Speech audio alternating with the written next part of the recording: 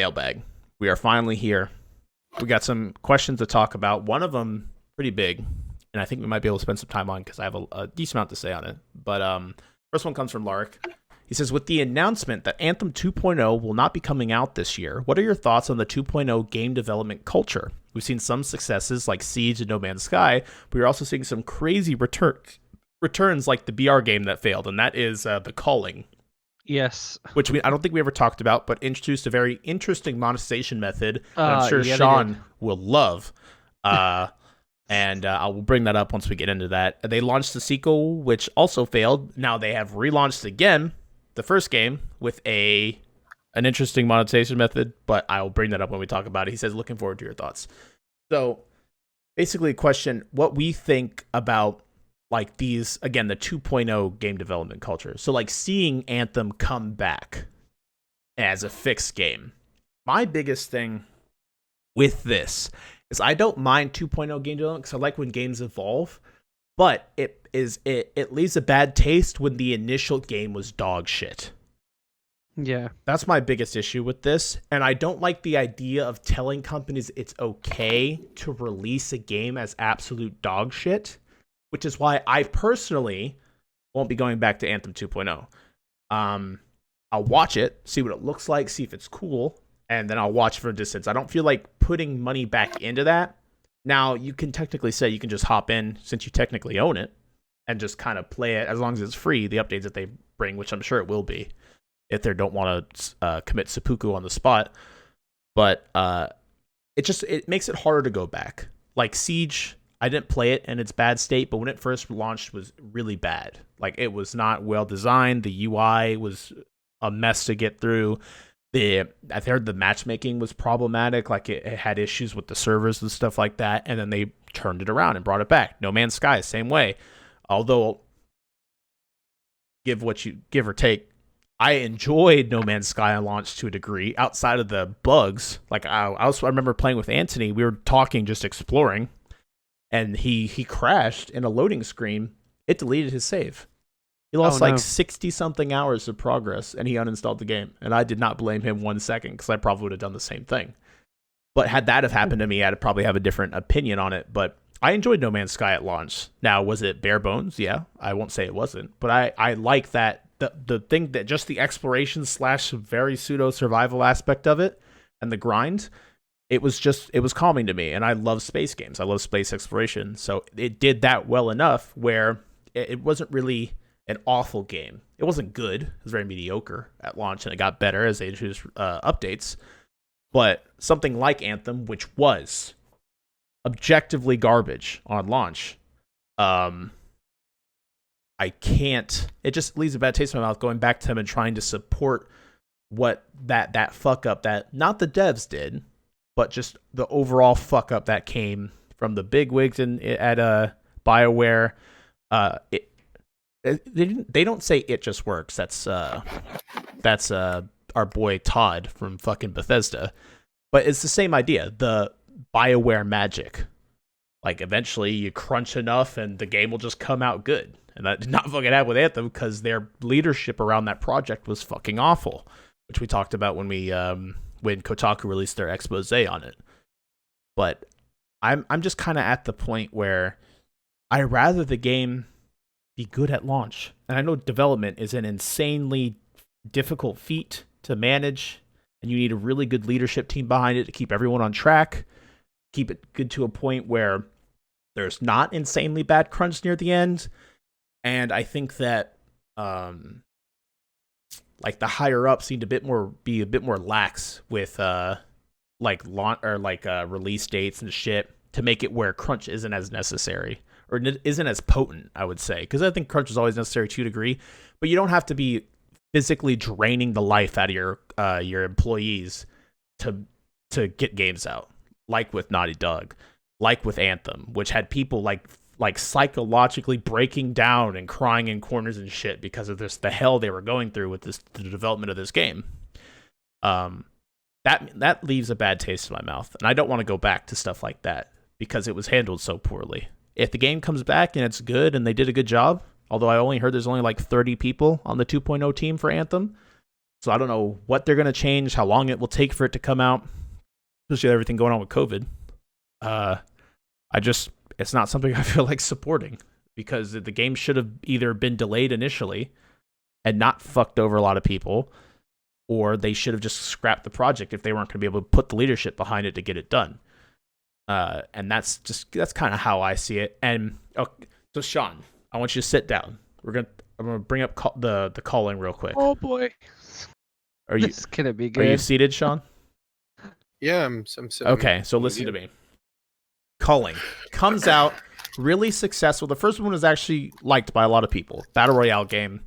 It eventually failed. I think they had issues with server upkeep because there's too many people playing and they could not maintain the servers, so they had to shut down the first game.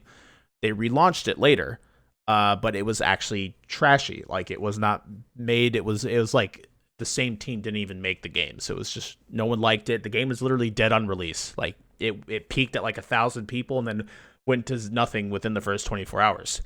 So now they've decided they're going to bring back the first game, but in order to play a battle royale, you have to pay per play. So if you want to get on, you'll get one. They've changed this now, and we'll talk about it. But their initial thing, you get one token per day, and you can play the game for free once. And if you win, you'll be granted another token. If you die, you'd have to pony up another token. And these tokens were 33 cents a token. So if you wanted to play, let's say, 10 games of the calling that day, it would cost you $3. And just to get the game, you would have to drop 6 right off the bat. It wasn't even free to play. You would have to pay to play. So the internet, understandably, was not very happy. Snotty, classy bullshit playing. Yeah. What is this, a slot machine? I was gonna say, we're going back to arcade games, except they're not good anymore. We're playing arcade games, but they're trash games. So now I'm not 100% against the idea if it wasn't Battle Royale. Because in Battle Royale, you're not in 100% control of the match, right? And there's been a lot of Battle Royale games I've jumped into where I hit the ground, look for a gun for 10 minutes, and then die immediately on my first encounter. And I don't know, to me, it doesn't really seem like a 33 cents that's well spent. It's gambling. It's a gamble. That's a big gamble. It doesn't make sense. So the game's free. The game's not even free. You have to pay to do the met. You have to pay $6. They can go back to communist China and enjoy their life. Yeah. So they can go be raped by the KGB. I don't know what the fuck what the kind of insanity. Are they retarded? Are they actually retarded? Like, not like I'm using that word as a pejorative. Like, they are actually, their brains function very slowly. No, to be honest, I don't want to say bad things about them and then come to find out that they're special. Yeah, I thought the same thing right off the bat, because you're not in good standing with the community already. No, at all. You're not. Your community is not very happy with you. And then you come out with something like this that, while it may not be in a sense anti-consumer, but can be seen as anti-consumer to the people that enjoy your game. This is something that you would need to be a hardcore fan of to sit down and put out this money for something that isn't even considered the best battle royale on the market. That's a cell phone tactic if you really think about it. Yeah, it's a mobile game thing. It really mobile feels game like 101. Yeah, like your time's up. You're out of stamina. You can buy more stamina, or you can wait 3 hours or 2 days hours to play again, or some bullshit. Yeah, you're out of energy. No, they can lick the snotty end of my fuck stick. I have no interest in what the fuck they're doing. They can. Yeah, it's crazy too, because you have competitors in this market that do something that can be seen as less anti-consumer, like Fortnite, which doesn't charge you at all and just does cosmetics, and is arguably a better game than the calling. Yeah. At least in a sense, not in like a majority subjective stance, because you have more people enjoying Fortnite than you have the calling, just because there's a bigger fan base there. So you're not bringing anyone over because you're not offering much more. You're not bringing back your pissed off fans because you're not doing anything that's in their favor. You don't have their favor in mind. So I don't understand. And that's why I questioned, are they retarded? I don't think they thought that through. No. Now, since this news, they have changed some things. It was funny because they released a tweet saying that the game was coming back, super excited. And then they're like, yeah, $6 to buy it, 33 cents to play it. It's like, what the fuck? Yeah. the tweet is not aged well at all. Because, oh my goodness. Because there's this gif of everyone losing their mind because the game's back. But it's like in this awful monetization method for BRs. But let me see what they changed it to. Polling paper. It was recently changed, but it's just I don't know. It's just they have also a pass system where you got unlimited play, but it's like a subscription service. So you pay like $6 for a month, and you can play unlimited the whole month, which is much. Then just make it a subscription game. That's what I was gonna say. It looks as much less scummy, because then it's just you pay to play for that month and you got it. Not like put another coin in the slot machine kind of thing. It's very fucking weird. And I can't... most people are mad because they don't want anyone else adopting this play style or this monetization method. But I think there's a good thing. Now, the gamers are stupid. Don't get me wrong. Don't twist my words. They are very dumb. Understatement. Very dumb. But they're not dumb enough to accept this style, at least currently. And also with Battle Royale, because this couldn't be that bad if it was a different type of game, one that you had more control over playing and wasn't as expensive or something, where you'd get your time over the course of the months that you played it, and it ended up roughing around to about a $60 game or whatever. But in a Battle Royale that you still have to pay to get, still cost you $6 if you didn't own the game prior. And then on top of that, you can only play it once a day for free. Unless you win, and then you get another token back. It's just incredibly greedy, and it comes off as something that EA would do. They beat EA to the punch. But my only thought is if EA sees that and it works for even 5 minutes, they're gonna adopt it. It'll be in the next and that's gonna set a precedent for any other. All it's got to do is work later. once for us to see more of it. That's how it is. So a bad idea has to work once. Yeah, thank you, Warzone. Yeah. So, but that out of the way, because that was also part of the question. What are our thoughts on 2.0 game development? Having a game come back, redone, or not remastered, but fixed. And should we allow that more or less, or what are your thoughts, Sam? So the only games that I know that have had this track of 2.0 is No Man's Sky and Siege, and to some extent Final Fantasy 14, which you probably have more. You will probably be able to elaborate on that more. I feel like Fallout 76 to some people, although I didn't think it was that bad at launch. Fallout 76, yeah. I would say that I think that the 2.0 philosophy only comes from if the game is initially somewhat of a failure, or if it doesn't meet expectations of the player base or the developers. And it's frustrating for the players because if there's a game that was advertised a while ago, it comes out, they play it and they're very disappointed, and it just seems like the updates are coming out very slowly. There's not much thought to them, then it can frustrate them.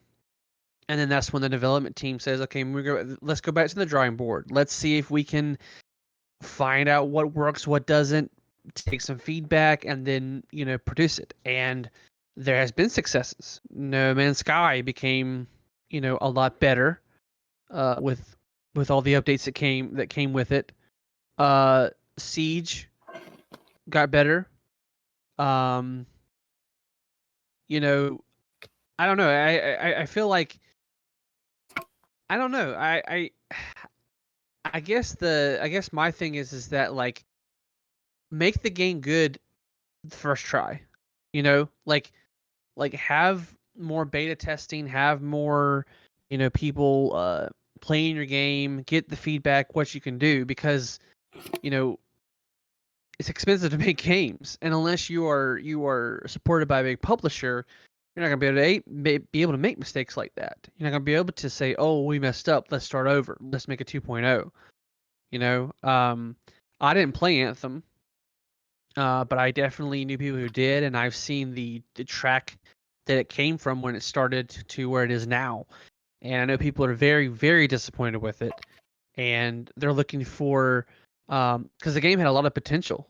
I mean, from what I heard, it was fun to play. It's just there was nothing to do. There was just no missions ran out fast. There wasn't a lot of expansion. There wasn't a lot of after game stuff to do or in game stuff to do. So I think that the 2.0 is a way for games to resurface and to redefine themselves. But my thing is, like, if you're going to make a game, make it good the first time. Yeah. Don't rely on this, oh, we'll just do a 2.0 rollout and it will just fix everything we ever did and people are going to forget it. No, they're not going to forget. The internet never forgets. So my thing is that I'm glad that, there are games that have done that. But again, for the third time, if you're gonna make a game, make it right the first time. Yeah, and as I said before, like game development obviously isn't a 1, 2, 3 said and done process, right? You get the people together, do it, and it's done. Game's done. There's a lot that goes into it, and I can understand why it happens, but like we're saying, it can set, and it's set a somewhat dangerous precedent that devs can just release their game in an earlier state, and there's other things outside of them just happening and fixing. Like Steam has there's early access as a whole, the green light program through Steam, and that's the thing. A developer literally can release part of a game. People can buy into it in the hopes that it gets completed later, and games do succeed using that method. So it's been set not only by games failing and coming back, but by other systems in play that even Kickstarter kind of works that way. You're opting in to fund a game that you don't know will turn out good. There's nothing that will guarantee that. You are funding the game yourself. Now, it's a little bit different than you doing nothing for a game. Yeah, you doing nothing for a game at all, and then boom, it drops, and it was just trash when you bought it. So it is a little bit different, but it does give the devs ways to release games in an incomplete state and then come back around and do stuff to it later that will put it in something that players may like. And you're right, there's games that I enjoy a lot that have done that. 14 has, 76 has, No Man's Sky has. And as much as I hate the fact that they are so good now, because it is something I don't like supporting, I don't like the idea. Well, again, it's such a complicated process. Like 14 when it came out was not even the same team that are playing it currently, right? That are developing it currently. They kicked most of those people out. The original game director is gone. They fucked that up royally, and that they brought in what's his face, and he brought in a whole new team. Yeah, Yoshida. And he had to worked it from the ground up. Yeah. And rebuilt the entire game. It was gone for a good while. Yeah, the thing is too is they couldn't even fully rebuild because they had to keep the engine that they used. So a lot of the game, even to this day, still suffers from all the spaghetti code that was introduced in the original 1.0 launch that they're still working through. Like just recently, they were talking, and if you've played Shadowbringers and you're a fan of 14, I highly recommend you check out their behind Shadowbringers like miniseries they put on their YouTube. Now, 14 is the best part of Square. Oh, hell yeah! The amount of love they give the fans, the amount of appreciation they give the players. They don't talk down to you. They don't try and spoon feed you. They're not here to try and make you feel good about yourself or to win your votes or to win your applause. They're simply trying to make sure the fans and the players know where the game's at, what they're doing, and they're giving you gifts just because they can, because they owe it to us. You know, they are sworn they fucked up the first time. They're not going to do it again. So they keep us in the loop, talk to us all the time, give us all kinds of events and freebies. They're not going to screw up a second time. They can't afford to. Yeah. And so it's impressive the amount of appreciation that 14's camp shows the players. And it is an example that the rest of fucking Square, with all their stuffed up and they would just fucking do the same thing. If they would have done that with 15, like 15 needed a 2.0. They should have pulled that from the shelves and said, we're sorry. We'll be back in a year or two. We know it's a mistake. We know we did you wrong. We know we shredded out like 60% of the story. And you kind of sort of can piece it together if you hack areas and glitch your way into certain areas and freeze frame videos to read newspaper clippings in the background. We know that you can piece together a good chunk of it. But, you know, we fucked up, and we know how we fucked up, and we're not going to release. We made a mistake. We released it wrong. We'll bring it back when it's right. If there's an issue, we'll refund it. We'll make this work. Yeah. You've trusted us for all this time. We're not going to throw that away now. Sorry about 13, by the way, but we're not going to throw that away now. But another thing that it provides is an interesting point that even though it is a dangerous precedent to have with Anthem being a thing, there's so much good that could come out of it existing as well. Because if we get to the point where if we could, in a perfect world, we could just force these people to abandon these projects that they know they won't be able to get down to 100%, then things like No Man's Sky wouldn't exist for that fan base. If that was the case, No, it's all hypothetical. It would have been released later when it was finished. It would have been like it is now. It would have been a year later or 2 years later.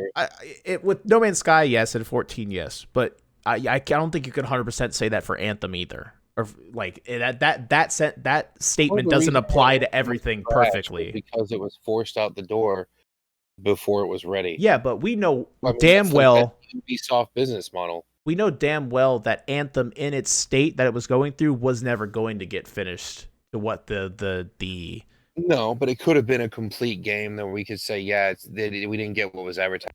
We got a solid product. I don't know. I just don't think you can say that as a certainty. But as much as I don't like it either, I didn't say it as a certainty. But yeah. It definitely is a better business model than what's been.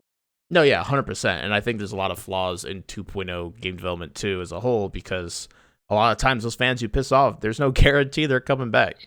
So you could put all this work and development into something like they're doing with Anthem, and you might not see a resurgence of players. You might not see a resurgence of income. It could all just be wasted effort that could be put towards something else.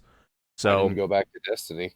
Yeah, so there's very much a tug and pull kind of thing where you can't, there's no guarantee. So I appreciate the effort that No Man's Sky put out to make their game better, right? Like, they buckled down, didn't do shit, didn't talk to anybody. They're like, yep, we're gonna fix this, we'll be right back. And they fixed it. And I appreciate that the devs went through that to make it, because they loved that product enough that they wanted to see some sort of success. And they went through all the painstaking effort to make that somewhat of a dream come true, which is what they're seeing now. Same thing. Well, 14 is just a fucking completely, like, that is hands down one of the best comeback stories I've ever seen in video gaming. From its initial launch, like, they royally fucked out with the people they had on the team, and they're just like, they literally booted out the whole team. They're like, it's not working. Let's see if we can bring in someone to fix this. And Yoshi P and his team, they did it. They fucking did it. I don't know how much years they got shaved off their life, but they fucking did it, and they are reaping the rewards now. With where the game is in its current state, being one of the top 5 MMOs to exist today. But it's crazy to see that, just an absolute turnaround. Also, they did the coolest thing to ever just end something too, like with the destruction and 1.0 and shit. Literally, like, all right, we'll be back. We're just gonna nuke the world. See you guys. We'll be back, Realm Reborn. And like, that video is epic too. If you ever look up, like, The players got to spend a month fighting for the fate of the world and this giant mass insanity. And they got a lot of thank you stuff from the team. Yeah, too. legacy And they got players. thank you stuff for returning. Legacy players got some sweet shit. Yeah, it's cool. But yeah, just imagine that like you're the world's ending, you're fighting to hold it off. Like they even had like people forming like giant lines because they would have monsters like raid cities and shit, and they'd have to defend. And then all of it, you get a final thing. You see a giant red moon form in the sky with Dolomite. You get a timer. Levels everything. Yeah, you get a timer, and then you eerie music playing in the background. It's a very interesting and a stupid cool way to end, like create a reset. WoW did the same thing. WoW did Cataclysm, like the huge ass sword. Cataclysm was very different though. Yeah, but they like brought like the continents together so like Horde and Alliance could play with each other or some shit too. They did a lot with Cataclysm as well, but literally it was just a complete reset for 14. And they're like, okay, we'll be back. Check us out 2.0. We'll see you guys there. Fucking Realm Reborn. And they did everything they could to bring people back, and people came back, and now it's a big ass game. But it's a big ass game. It is something that I don't like, but I'm willing to see that there's both pros and cons that can come out of it. And I hope for the team behind Anthem that they're able to bring a product to the people that like that game that they can enjoy fully. And I hope something like that happens. I hope that they're able to, more for the fans, the people that like the world of Anthem, than anything else. Because Anthem does have some redeeming qualities to it. I thought the flight was cool, and some of the combat was cool. It was fun to play when you were out and about, exploring and blowing shit up. Combat was fun. It was responsive. Yeah. You know, I really enjoyed the combat. We had tons of fun just running around doing Anthem-y type shit. Yeah, and I the think that game itself, outside of the gameplay, was doo-doo. Yeah, it was bad. Glitches, so many glitches. Yeah, and horror glitches. Yeah, I hope that they're able to see some sort of success, like No Man's Sky has seen, like 14 has seen, like 76 has seen, and get their own player base. But it is definitely dangerous for us to sit there and say, yeah, devs, we're okay with you releasing shit as long as you fix it. But it's just a weird thing to say to people. Like, hey, yeah, fuck me over as long as you fix it. We'll support it. Like, I don't understand, because it's also something that the people that do enjoy those games, as much as it's bad to release a game shitty, they did end up sticking with it. They didn't abandon it. We all thought Anthem would get abandoned, and it's getting a 2.0. We deadass all thought EA was just going to drop it immediately. We would never see anything else of it, and we're getting a 2.0. Will it be good? I have no fucking clue, but they're sticking with the project, so the people that are part of that fan base, they want to show that they appreciate that they didn't drop the project, so they want to fund it too. So it's a weird cycle that people are happy that the product that they enjoyed the vision of is getting the love from the developers. So you can't just tell those people that, hey, they released it like shit, you can't support it. But they're like, no, man, the devs tried to bring this something good. And it's just, there's so many different gray areas with 2.0 game development, because game development is such a expansive task that requires so many different people doing so many different things, communicating in so many different ways, and being held together by this one unified vision, that it's kind of hard to tell them that, like, just don't push it out either. And it's weird. I've been very back and forth on this thought. I don't really know what I think of 2.0. I don't like it, but I also don't hate it, and I like that it can bring good.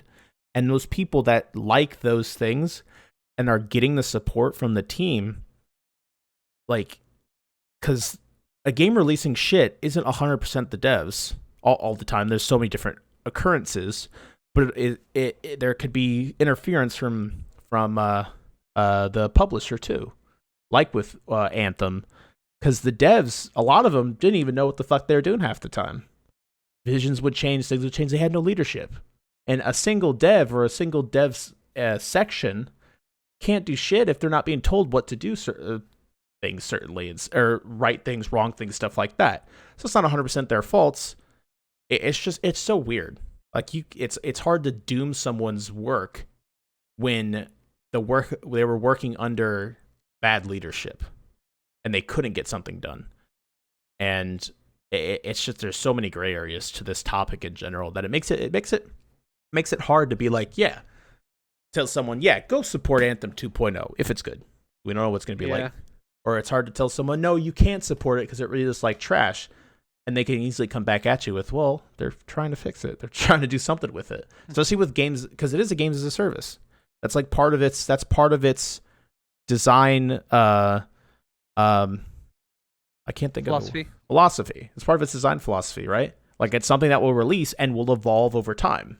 That there's nothing really saying in a games as a service model. We just assume that the game will be good on launch because that's a good business tactic. You don't fuck over the people spending money on your game.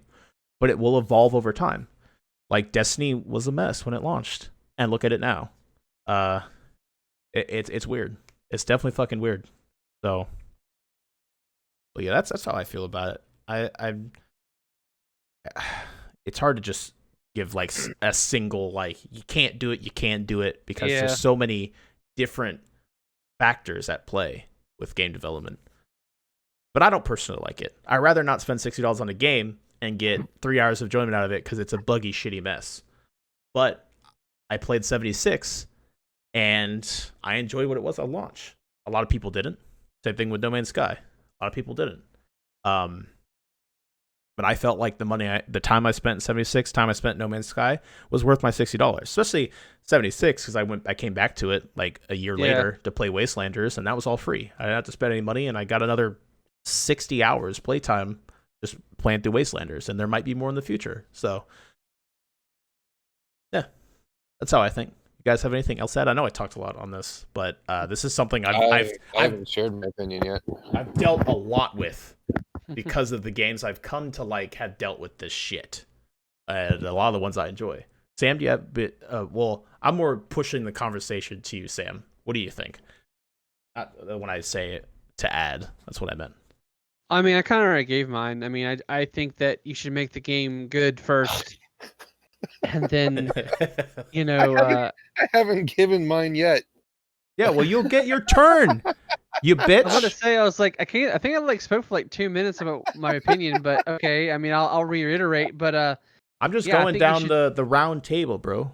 That's all I'm doing. You're not. You're next from one side of the table to the other side of the table, back to the other side of the table. He's next he's next in the Discord call. So I look to the right of my picture and I see Sam's picture, and then I see Shawn sitting on the right side, the outlier. Bitch ass. Sam, are you adding anything before I skip Shawn entirely and move on to the next? I already gave my piece. All right. Let Shawn speak. Shawn, you got 30 seconds before I skip you. Continue. You spent like an hour, bitch. Yeah.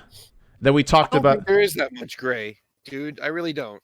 I think that releasing something in an incomplete form, be it early access, anything other than beta or alpha testing, which is free, which you have to be elected for, anything outside of that is unacceptable. Mm-hmm. And when they started doing early release, like, was it fucking 10 years ago? I remember one of the games was one of those like steampunk shooters. I don't remember what the fucking name of it was. It was one of the first ones. And they were actually charging for the early release shit. And there was like, the internet was all about debating whether that was an acceptable practice or not. It is not. Well, you are charging people to test your game. That is bullshit. Well, to the internet, it is acceptable. I don't. You asked my opinion. I don't think it's acceptable. I don't think it's acceptable to release a game for money that is not finished. Okay. I don't think that is acceptable at all. Now, if you are doing it as a Kickstarter program, as a crowdfunding program, to say, hey, we want to do more with this, we're running low, whatever. We're selling. We're giving early access to the game for like half price.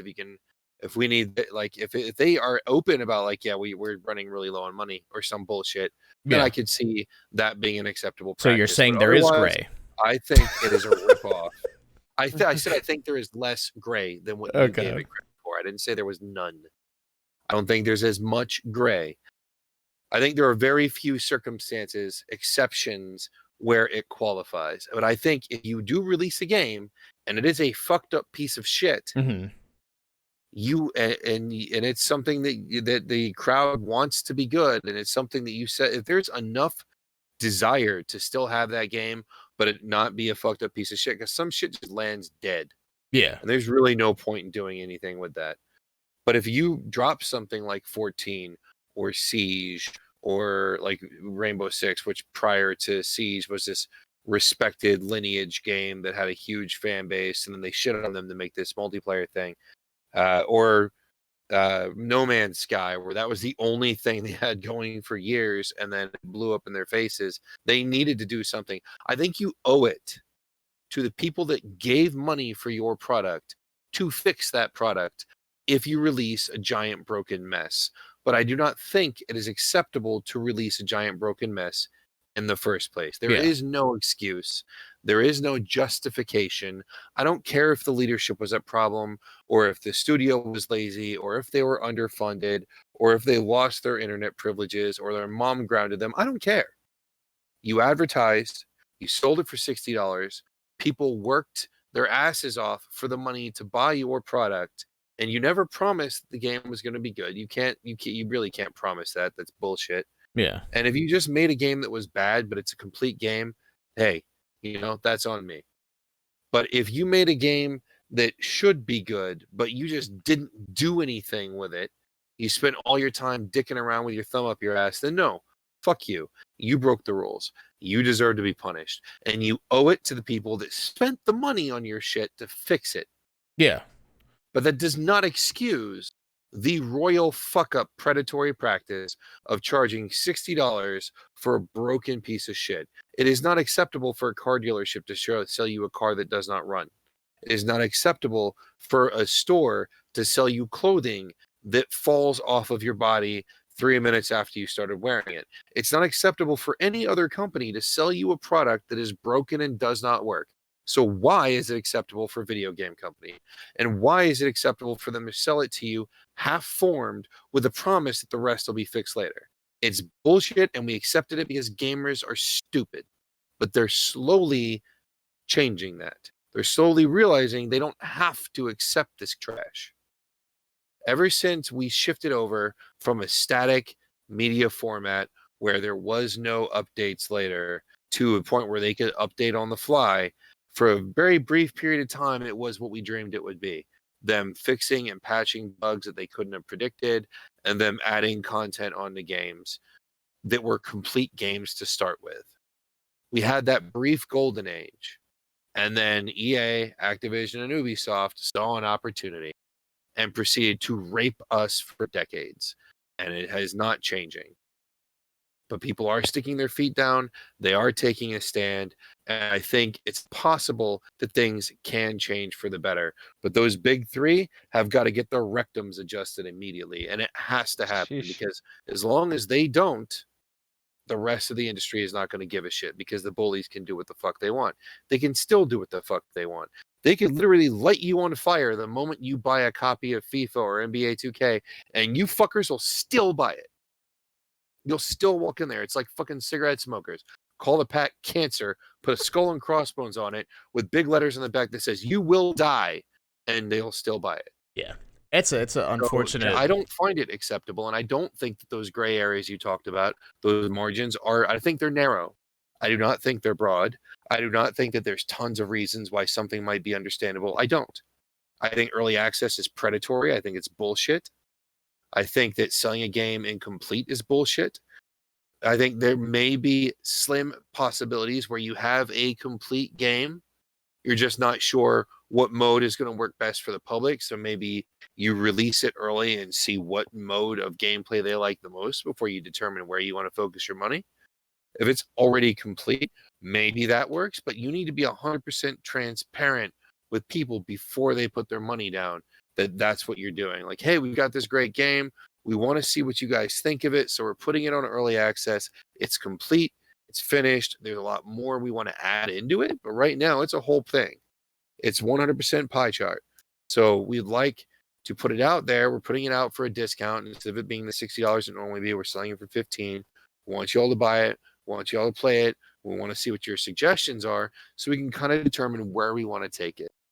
I could get that. And then you sell it on your website only. You don't release it as a normal game release, which means there are not hard copies of it for sale on shelves. It's not on every kind of fucking retail website. You have to buy it from a specific place. That way when people are buying it, they know that they're buying a special version of that game, a new version of that game, an experimental version, whatever. There's a very clear process, and you go into playing that game with a different mindset than buying an early access game from the PlayStation Store or Steam or the 9 million other fucking, because you need to think about these games differently. They need to be consumed differently, and they're not. Technically, And early access developers is are that. making their money. Like, they make sure you're well aware that you are fronting for an early access game. So there is a stamp telling you this game might not be completed. A stamp. They'll put a stamp on it that says this is early access, but it's not treated any differently in any other way, shape, or form. Discussed differently. It's not handled differently. It's not charged differently. It's not in an early access section of the game store. It's not available only through a specific place. There's for Steam it is. Like this. I don't know about PlayStation, but for Steam it is. PlayStation, it's not. I don't even know if there's early access games on the PlayStation Store. How can you tell? I bought Fortnite. Remember, like 2 years ago in early access.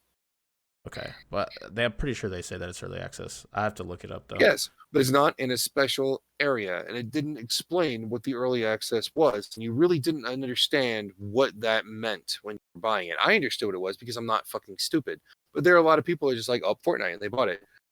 That's why there were so many questions why it was constantly changing. And they're like, and they kept saying, oh, this is early access. We're kind of experimenting, seeing where it goes. I think that early access is a very iffy mindset. And I don't think overall it is a healthy mindset to practice. I sincerely do not. I didn't like it when they started it. I don't like it now. I only bought Fortnite because it was something that Hector thought we could all play. And I was like, fuck it, all right, I'll go in with you. And I bought the $160 edition. I gave out the extra keys it came with because in the long run, it was cheaper that way to get all of us in. And then the people I gave the keys to didn't fucking use them, or they used them for 5 minutes. I'm looking at you, Tyler. So that's where I stand. I'm very polarized. I have a very polarizing opinion on it, but I think overall, I think that the early access idea and the companies feeling like they can set these hard dates, and when a game doesn't reach where it's supposed to be at that hard date, they just release a broken game, which has been going on since the dawn of game release. It was just much more obvious then because you were getting a hard copy of a game that you couldn't play. That it's seen as acceptable now. It was not acceptable then. When you'd buy a tape for your Commodore 64, or you'd buy a cartridge for your Nintendo, and the game was DOA, that was a huge thing. There were recalls. There were lawsuits. That doesn't happen now. Now they just say, oh, there's a patch coming. Bullshit. It is unacceptable. Yeah, I get that. You were selling a defective product. You knew it was defective going out the door. You knew you had false advertised. You knew you were being predatory, and you were still lapping up the greedy money dick as much as you possibly fucking could, or somebody smacked you off. Yeah. It's bullshit. Also, and I hate it. It's an unfortunate byproduct of a capitalist economy too, because you'll see this. It's a byproduct of the digital. No, because you'll see this in anything though. A company will do something stupid. It doesn't have to involve anything around finished or unfinished titles. Just something that's seen as something that is not in the favor of the consumer consuming the product. And that company, you can't force them to not do that. They have to fall under the weight of the capitalist market. You have to let the consumers stop spending the money on them. But the problem is consumers are stupid, as we've discussed. So people won't let those companies making the dumbass decisions. You can say something for Apple per se, releasing overpriced tech that doesn't change often. They're selling mostly their brand than anything else, but people lap it up because consumers aren't their smartest. So that company will never fall under the weight of a capitalist market because the consumers need to be intelligent enough to understand that they need to fall. You'll see the same thing. That's why EA, FIFA as a whole. None of us here like FIFA or the methods that they practice, but because people do, they won't really ever, or until those people learn that that's not necessarily a good thing. It won't ever fall under a capitalist market. So they're just unfortunate byproducts. There are oversight committees out there and government committees that are out there to pursue businesses that are intentionally predating on people. And I'm not talking about, oh, I just released a solid gold piece of average like fucking Apple. Like, if you're buying a status symbol, you're buying a status symbol. There's nobody who has bought a Lamborghini that drove that shit for 2 or 3 months and didn't have a breakdown. Yeah. But the government's not going to go after a company that sells cars that are just made shitty but look fantastic, because the car runs when you bought it. It does exactly what it was sold to do, and it's just made with parts that break easy. You bought a luxury car. You could have gone and bought something that does the exact same basic thing, point A to point B, that has a much higher stability record, but you didn't. You bought something that makes you look fancy. You got your Dolce & Gabbana iPhone. Congratulations. You have a rose gold iPhone, brand new one, first off the line, $500 phone, whatever. Made out of tinfoil and sparks. It may be predatory in terms of they only make little baby steps and people are still buying it. Is that morally? Is that ethically bereft? Yeah, there's some lack of ethics there. But I wouldn't say that it is anywhere near releasing a broken fucking game like Anthem. It's also very much. I think it's a different ballgame. Nah, I can't say that. I can't agree with it, only because the fact that what's broken to you is not necessarily broken to someone else. Because it's very much now, as much as there are things that can be, because everything when it comes to video games is subjective, because people will play broken games and get the money that they liked out of it and not care. But that doesn't mean it's not a broken game. To them, it isn't, though. To them, it isn't. But it is. They can still sit there and say, "I know it's glitchy. But I don't people mind." But don't, still and they'll fund glitchy. it.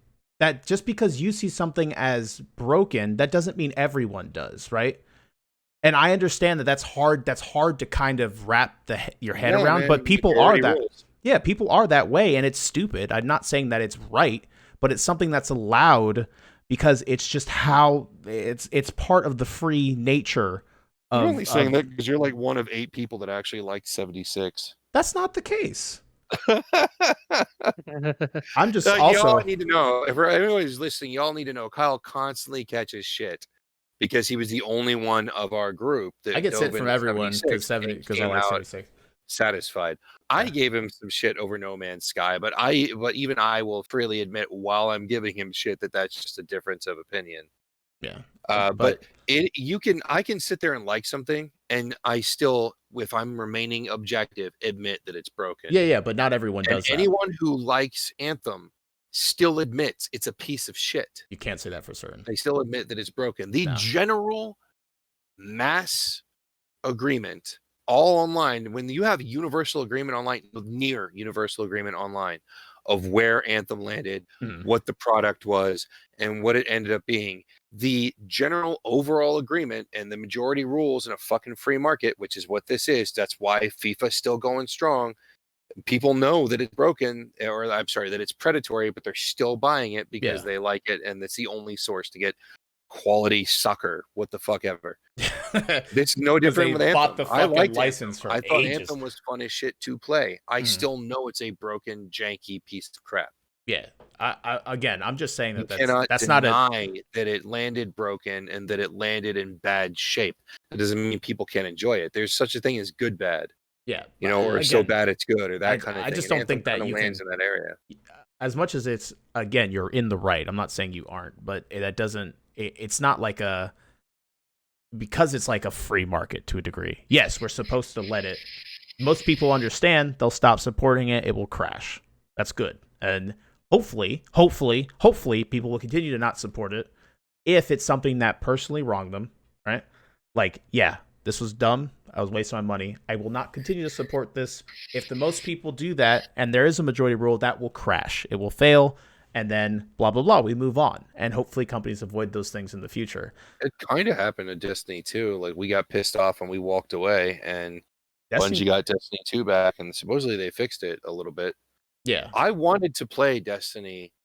I wanted to continue playing it. I wanted to continue playing it when you guys abandoned it. But I was one of the first ones to say I'm walking. But that didn't mean I didn't still want to play it. Didn't mean I didn't still enjoy the gunplay and enjoy the controls. It's still one of the games with the tightest science fiction based gunplay I've ever played. I love Gears of War, but I love Gears of War for the ambiance and the cinematic feel. Mm-hmm. But the gunplay wasn't nearly as good as Destiny. Destiny even had better gunplay than Halo, and Halo had really polished, solid gunplay, and Destiny just felt stronger. And you could tell the slight adjustments between two similar rifles and how they handle just a little bit differently. And there was a lot of weapons in there that there was just slight differences in how they functioned, but that made a massive differences on how you use those weapons. Like there was a hand cannon that I'd bring with me, but the only point for me using that I knew was for headshots, because for some reason it just always did heavier crit headshots. Or another one that was really great for center mass stuff because it had knockback. Or there's so many little details and a lot of hidden stats to weapons too that you didn't even see. Like there's so much polish and thought put into how each thing functioned, and I really appreciated that. Yeah. Like, if you're going to do a game with a lot of guns, if you're any gun game, you either have to have a small number of guns that are all very balanced and very different from each other, that all equally valuable, which is what they did with the first Halo. They had a small number of guns for the one team, for the humans, a small number of guns for the aliens, and each one was built to be valuable by itself. Even the starting pistol and the starting machine gun are still just as valid on the last level as they are when you first start.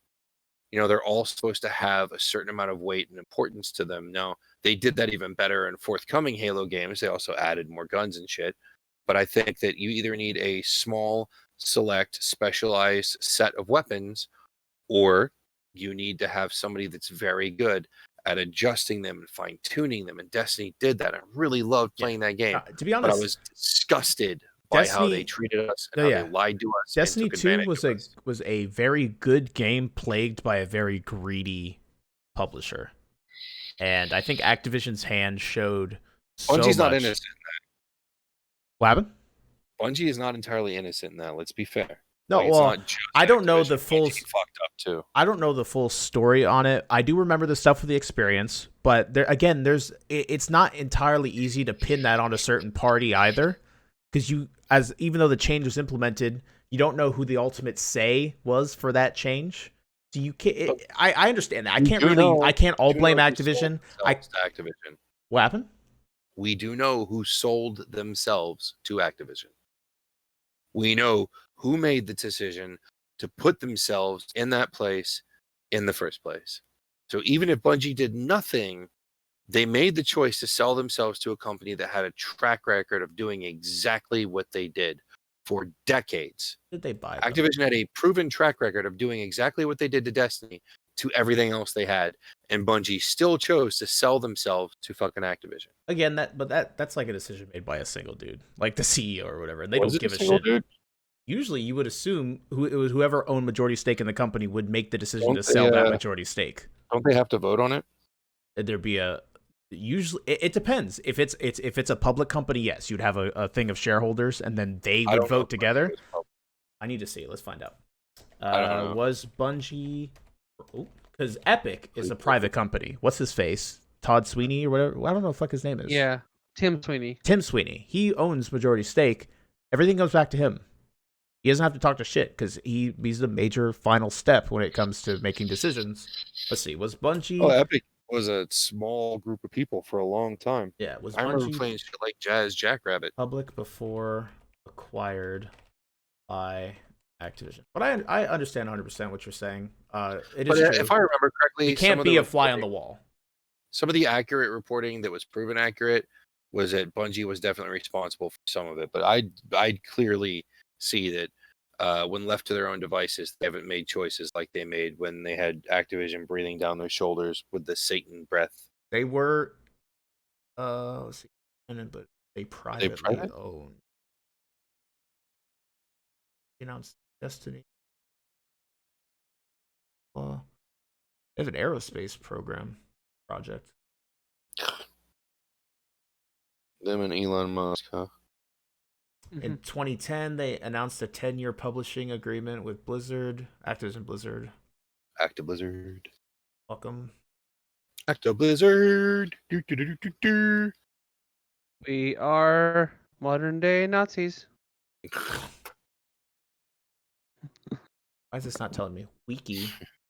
Since you all want another Diablo, we got the cell phone game we worked out with Korea. And like, we'll give you that and you'll like it.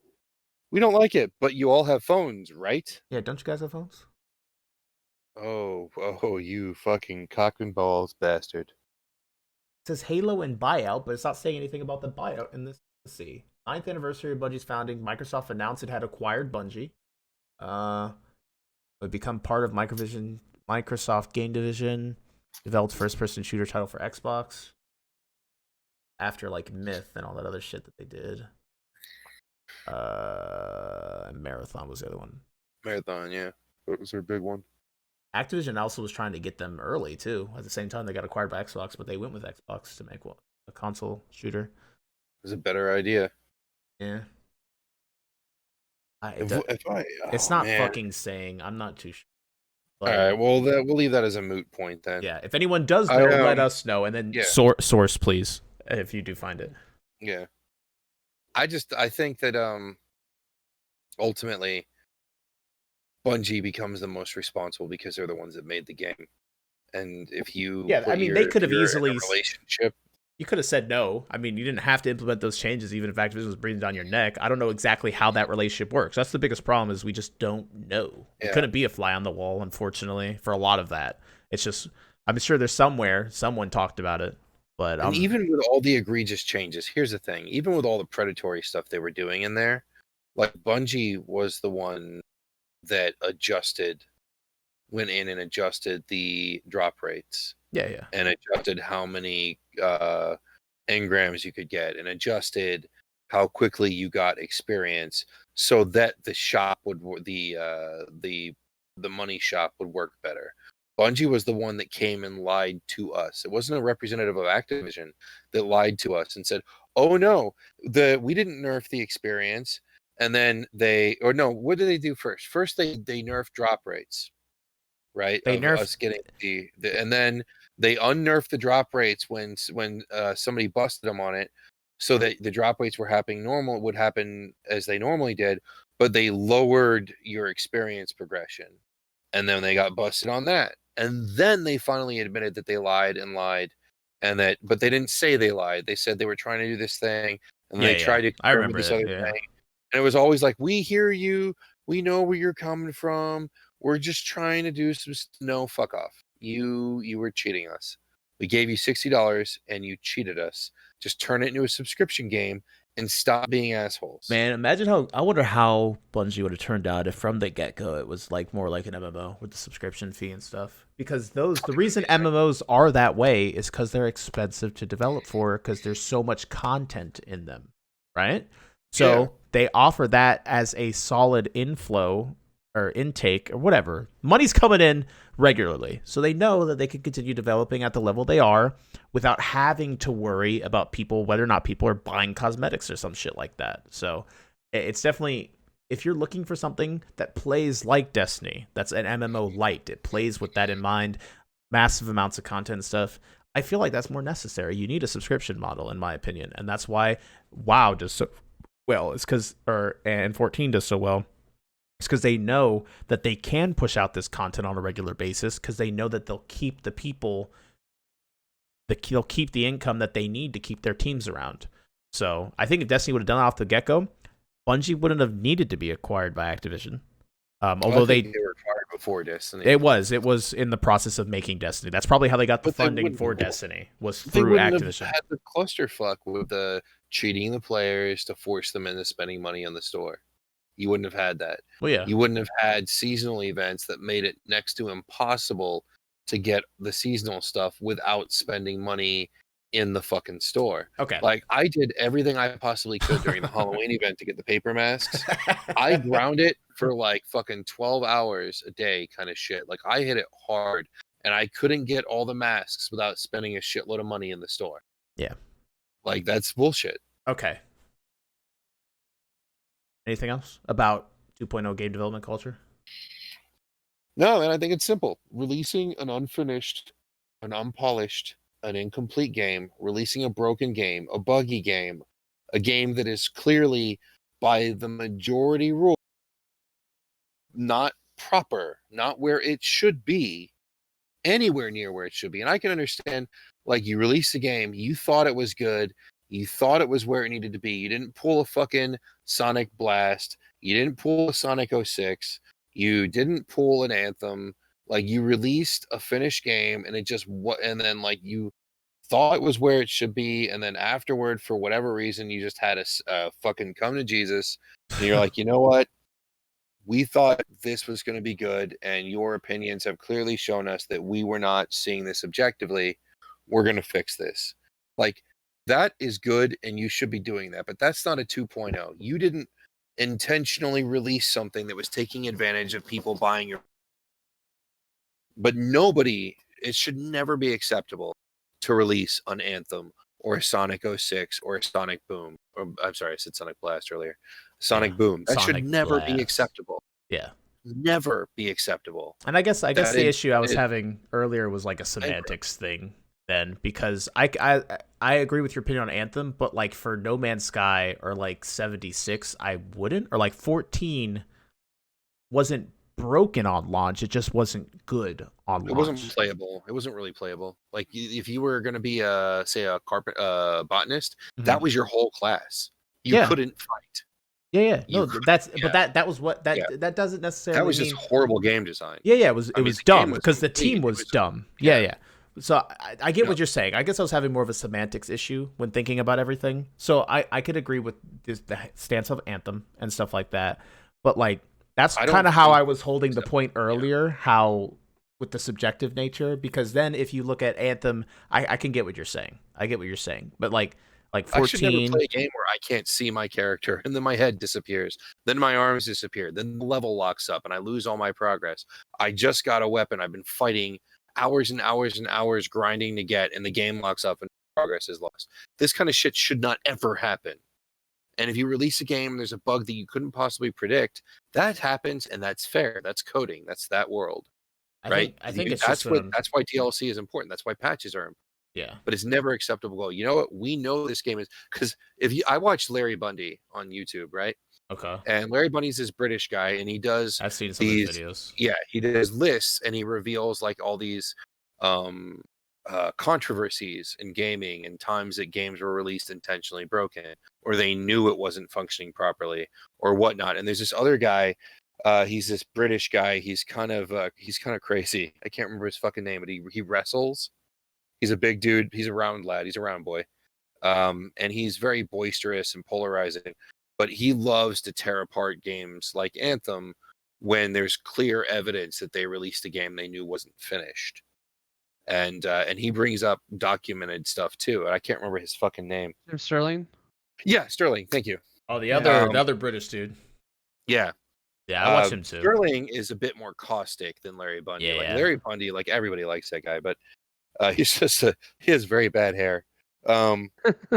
Very bad hair. But I love his videos, and he's just got a fun voice. When you're taking advantage of people like that, that's never acceptable.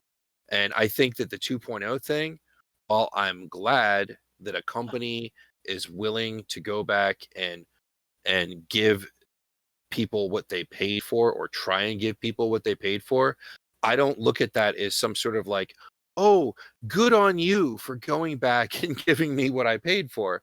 I look at it as, you are responsible for doing that. You owe it to the people that you stole money from to give them a complete experience, because that's what they paid you for. Whether it's a good game or not is irrelevant. Like, it has to be a finished game. And if the game is still just not a good game, that's what it is. But you should have released whatever that 2.0 thing is as the 1.0. So it's not acceptable to release a game that needs a 2.0.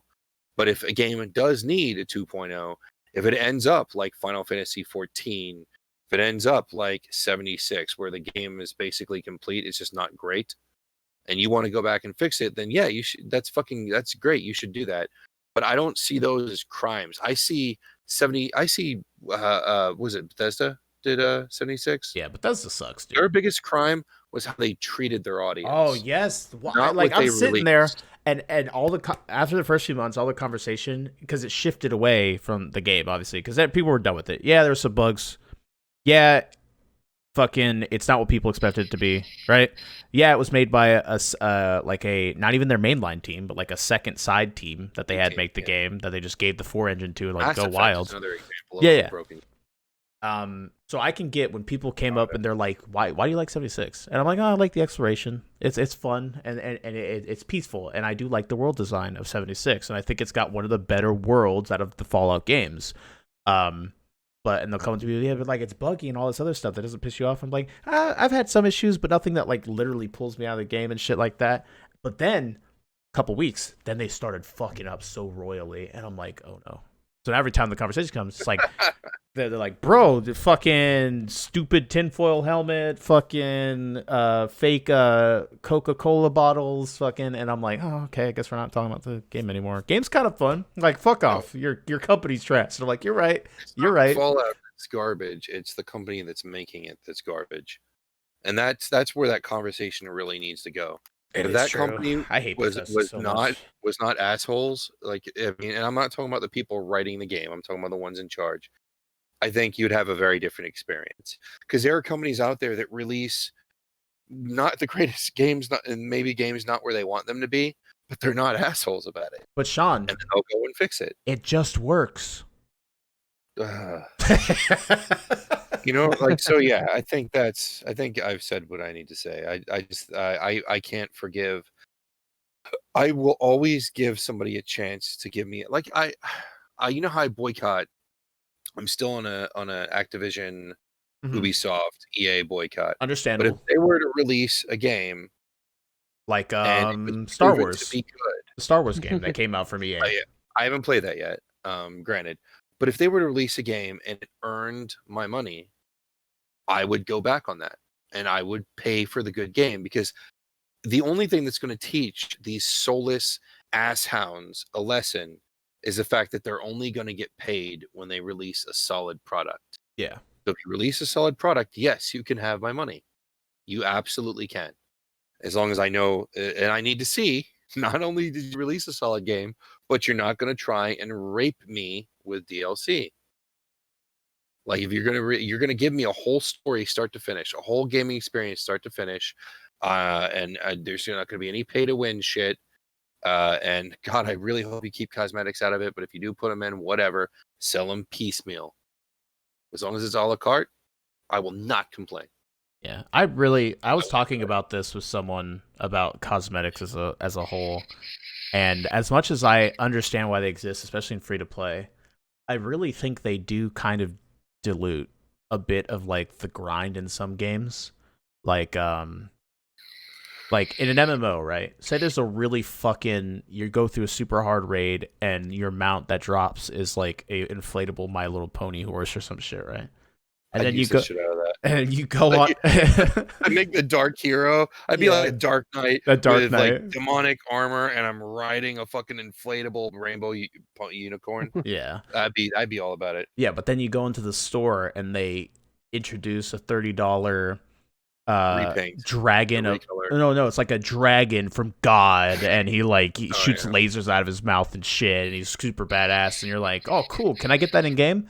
Oh no, you can only buy it on the store. It's like, oh, I kind of make some of this stuff moot. Yeah, 14 does too, and it sucks. And I understand why they're there. They're for further like funding, and in a sense that it just kind of saddens me that like some of the effort in the art team goes towards things that aren't obtainable in games. So it makes the rarity of them trash, right? Because anyone can get it. So if you see someone in a badass dragon shooting lasers, you're like, oh, that dude just spent $30. That's the good thing about it, though. Those mounts are usually seen as not cool because it's just something you can get on the store. So someone does want to front the money to fund the game and further show their love for the game through the store. You can, but since it's public, everyone knows that, hey, he just bought it off the store. He didn't grind for it. That thing's really cool and stuff, but it's nothing special. kind of stuff. Yeah. So it's understandable. Yeah, I have like a bunch of the mounts from the store, and I easily know. I know how I look at the mount. I'm like, oh, you went and spent $30 too. Okay. Yeah. But what I do love about Final Fantasy is that the majority. Oh well, I'm not gonna say the majority because there are some mounts that are just like whatever. But I'd say at least half the mounts that you can grind for are well worth it, and they're all really nice looking. Especially the extreme trial mounts; those are all fucking awesome. The elemental horses, elemental birds, elemental dogs, the Kamuis. Those are my favorite, and I still can't do it because I can't grind those yet because I'm not close enough. And now the elemental dragons with the ruby weapon trial and stuff like that. And I'm a collector, so when I can get up to your level, I will join you nonstop to grind for everything. Oh yeah, I just want it all. It was actually funny. I ran into a dude that was trying to do the Heavensward raids, and I told him I was grinding, and he's like, "Oh, can you help me with some of these fights?" And I was doing him because he hadn't completed them yet. He didn't know about unsyncing. Which is which is fine because they don't fucking tell you about it at all. It's like a hidden game feature. It's like, hey, you can go in at full level and fuck these things up in 3 seconds. Yeah, we had to find it online, I think. No, we got helped by that other guy. Yeah, someone else helped us. So I'm like, yeah, we'll help him. And so I took him through a bunch of fights, and he got like 2 or 3 of the horses just by doing them the first time. I'm like, this lucky son of a bitch, bro. It's actually funny. We got a minion, I think from Alexander Extreme. He drops a minion. I didn't have it yet, and he didn't have it yet, but I was going to give it to him because I was helping him. And so I didn't say that, so I passed, and I'm like, oh, you can have it because I'm helping you and stuff. And he's like, oh, I passed. So we just both threw the minion away because we were trying to be nice to each other. Because that was fucking funny. I'll say this about Final Fantasy, though, and that is most of the storefront stuff is character outfits that other people wear in the game or mounts that other things use in the game. They're usually either something like, for instance, Cloud's bike from Advent Children, or they'll be past seasonal event stuff that you can't get in the game anymore, or they'll be like an NPC's outfit. That's the majority of the stuff that is in there.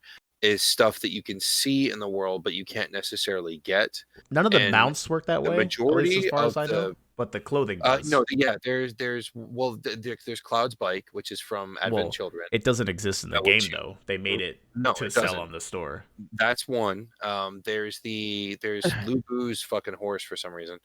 Lubu from Dynasty Warriors and shit. And then there's what is it? The Odin's horse. It's on the store? Is one. Yeah, Odin's. I have it. Yeah. That's where I got it from. That black horse with the crazy mane. Oh, yeah. Okay. Yeah, that's Odin's horse, the boss. Gotcha. Yeah. But the majority of the stuff you see in there, not necessarily the mounts and the minions. Even the minions are usually NPC characters, just chibi version. Yeah. But most of it is not. Most of it is obviously something it's not something that would make somebody feel bad if they didn't get it. It's just like I bought some shit when I first started playing the game that I thought looked awesome, and I never use it anymore. Like I could delete it from my account today and not care. Like I have that one dude's armor, the guy who leads the Heavensward area. Yeah. The guy you thought was, I think we thought he was dead at one point. Yeah. I have his outfit and it looks retarded on me now. I'm just like, why would I want to wear that? Everybody knows that character. They know where that outfit comes from. Yeah. And it just doesn't look good on anyone else. Yeah, you could get your Stoll's outfit, but that looks fuego on everybody. But, yeah. Well, I mean, it's Stola. Come on. Yeah. Oh, my God. Things I would do to her. I think you do all right with that store.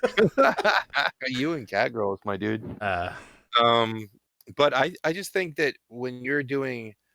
I think when you do skins, it's very easy to be predatory by playing off of the fear of missing out thing, like how Fortnite does it. Fortnite and Overwatch. Oh, right? Yeah, Overwatch is really bad about. Does Overwatch still do loot boxes? Yeah, I think so. I could be wrong. I don't understand. Like what I love about Final Fantasy is if you can buy a skin, an outfit. I'm sorry, not a skin, but an outfit or something. It's all a la carte. They might have bundles at some point, which would be great. It's just get discounts, but it's a la carte. You buy what you want for a specific amount and you move on. You're not gambling for it. You're not getting a loot box hoping you can get it. Same thing with Warframe, which is why I love Warframe's digital store. Yes, that's kind of a pay to win in a sense. You can buy better weapons, you can buy better frames, but it doesn't change your gaming experience. I think and they you can still get everything you can get in the store. I think they still in do. the game by grinding outside of Huh? Belgium. I think they still do. They Yeah. disabled paid loot boxes. Only in Belgium. Only in Belgium. Oh yeah, that's 'cause right. They were outlawed. Belgium. Every article I've seen talking about the ones that have been removed is in Belgium because of they've been outlawed there. But it looks like they're still offered in countries that haven't outlawed them. But it's not fair or right to take a ton of somebody's money because they're trying to get one skin. That doesn't seem right to me. It's dumb. It just doesn't. It is gambling. Like I spent like how much was the biggest pack? Was it $40? 50, I think. Was it 50? Yeah. Because I remember I had bought a a few particularly too. large amount of money in my pocket, and I really wanted the lifeguard skin. Every time I did too, I fucking hated myself afterwards. So I stopped quickly. Oh, yeah. I bought 3 of them for that lifeguard skin. Yeah, that was the very last time anything like that took advantage of me. Like I've spent felt so dirty afterwards. I accidentally spent $100 on fucking Fortnite, but everything else I've spent on Fortnite has been a little bit here and there. Like once a paycheck, if there's something in there that I want, I'll go in and buy. And at least you know exactly what you're getting. I do, because I'm buying it piecemeal. Yeah. Now, are they still being predatory? Yeah. Hell yeah, FOMO's through the roof on that fucking shit, bro. I hate it. Battle but- Pass, the store having a reset, all of that's FOMO. That's all it I is. had the advantage of not only being familiar with how the industry worked, but I also had Hector telling me, he's like, dude, if you don't have the money, don't worry about it. It'll come back. Yeah, they always bring them back. Yeah. So there's nobody who plays that game that really knows it, that has a brain, and that obviously isn't the kid, is going to sit there and panic over not getting something because they're smarter than fucking Epic is, and they know it's going to come back. Like the Ninja skin's been on there before. I've seen a skin that I couldn't buy before because I didn't want to spend the money then come back up, and I was able to get it. And I do like the ability to change skins in Fortnite, because that's the kind of game where looking different each time does add some to the play value. But I think that piecemeal, like a la carte, is very important. I think it needs to be fairly priced, and I don't like loot boxes. So I like what Warframe did, and I'm glad that there are developers that, if they are going to do things to get additional money to continue providing content and to make a game profitable, which is a fair desire, then the a la carte system it really seems to be the way to go with the full price games. And with a free to play game, what Warframe's doing, where selling stuff that you can get in game, is also fair. Yeah, as long as it's not competitive, and that's pay to win. In Warframe's case, as long as it's not a competitive game where you can sell an advantage to someone, that's where I start to draw the line with free-to-play games. But if it's just cosmetic, I don't think any of the frames give a significant advantage. Only because their PvP is balanced in a way where it doesn't. Yeah, it really doesn't, because most of the end game stuff you do is against enemies. The PvP is not a huge part of Warframe. Yeah, and even then, like it's each balanced. Frame has its own special ability. If you have a frame that is a better version of another frame, it might have somewhat better stats, but its abilities aren't any more lethal than the other. Well, they technically are. And I do believe they nerf it down some. Yeah, they technically are, because the stats affect ability damage. So you would have stronger damage output, but it's again that's only against enemies. Yeah, it's PvE. Everything's leveled out. So like one guy's better at slash damage, another guy's better at this, but when you're doing it, then it's a skin. All right. But yeah, thank you for the question, Lark. Made it the main topic. Look at that. Yeah, look at that.